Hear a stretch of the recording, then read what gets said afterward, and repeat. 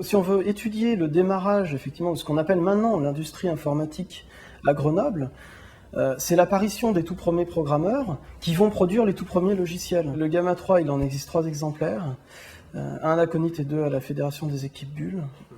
Donc par ailleurs, on a effectivement tout un ensemble de logiciels qui ont été écrits sur papier à destination des étudiants à l'époque. On ne pouvait plus en faire autre chose que de les lire et d'essayer de voir ce que ça pouvait faire. Donc effectivement, l'idée, dans la mesure où les machines ne marchent plus, c'est d'essayer de trouver un système, un moyen, de refaire fonctionner ces logiciels sur un ordinateur moderne, un PC par exemple, sur lequel on va pouvoir ressaisir les programmes donc, qui ont été écrits à l'époque, à la fin des années 50, début des années 60, qu'on va ressaisir dans l'ordinateur moderne et qu'on va pouvoir refaire fonctionner donc à l'aide d'un programme spécialement écrit qui s'appelle un émulateur et qui va permettre effectivement de refaire fonctionner, refaire marcher les logiciels de l'époque. Donc là, à l'écran, on voit dans chaque zone les différents organes de l'ordinateur.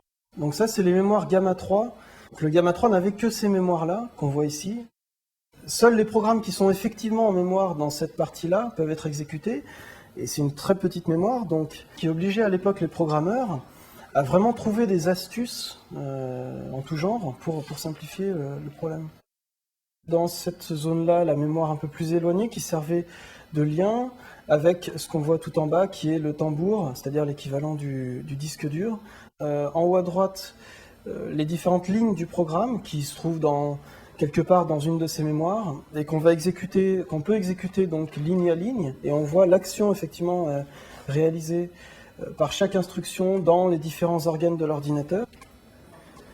Donc c'est aussi intéressant de garder cette mémoire, d'être un peu plus humble et de se dire qu'on fait des choses aujourd'hui en tant qu'informaticien, mais attention parce que des fois ça existe depuis 50 ans.